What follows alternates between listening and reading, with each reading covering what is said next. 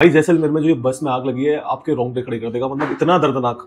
और हुआ क्यों? क्योंकि जो इंजन है उसमें शॉर्ट सर्किट हुआ और वो डीजल तक पहुंच गया। उससे कुछ ही सेकंड्स के अंदर वो पूरा आग का गोला बन गई बस। बहुत सारे लोग जिन्होंने कोशिश करी कि कूद जाए, निकल जाए, कुछ लोग निकल गए जो बहुत सीरियसली इंजर्ड है। 16-17 लोग हैं जो बहुत क्रिटिकल है। 20 का जो नंबर आ रहा है झुलस के खत्म। मतलब सोचो आग लगी और वो निकल ही नहीं पाए, मतलब कोई एग्जिट नहीं है, कोई कुछ नहीं है।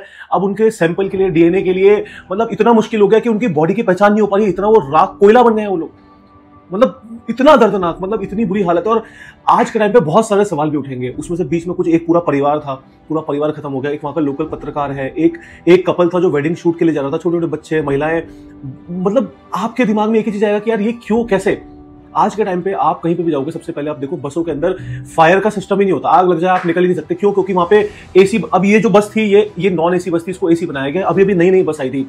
सबसे इंपॉर्टेंट चीज जो लोग बात ही नहीं करते उसके ऊपर कि भाई जो बसें होती है ना, ये लोग अपने प्रॉफिट के लिए चक्कर मारते रहते हैं, इंजन गर्म ही रहता है। एक कानून ऐसा होना चाहिए कि भाई आप इतने दिन में इतने किलोमीटर से ऊपर नहीं चल सकते हो। और बाकी सबको पता है कि जितने भी सेफ्टी के स्टैंडर्ड्स हैं वो जीरो है। आप बस के अंदर चले जाओ, नीचे जहाँ पे सामान ठूसते हुए दुनिया भर के पार्सल रखते हैं, उसमें क्या होता है क्या नहीं होता भगवान जाने।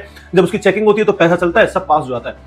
बहुत सारी चीजें हैं। फायर का तो सिस्टम ही नहीं है। आप एसी बस तो मतलब सेफ्टी नहीं है, जीरो सेफ्टी है यार। ट्रांसपोर्ट डिपार्टमेंट सब क्लियरेंस मिल जाती है। क्यों? क्योंकि पैसा सड़ता है। और उसके बाद इंसान की जो वैल्यू है वो 2 लाख रुपए है, शायद कुछ 50,000 रुपए शायद जो इंजर्ड है उनको। अब जब इंजर्ड जो ठीक होके आएंगे उनकी पूरी जिंदगी तो वैसे ही खराब हो गई ना यार। 50,000 रुपए क्या गुजारा होता है आज के टाइम में? मतलब कुछ तो सेफ्टी स्टैंडर्ड्स होने चाहिए यार।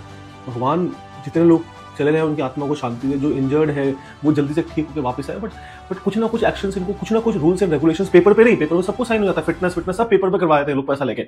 रियल में लोग हमारी लाइफ की वैल्यू तो रखो यार। क्या 2 लाख रुपए आपकी लाइफ की वैल्यू है यार?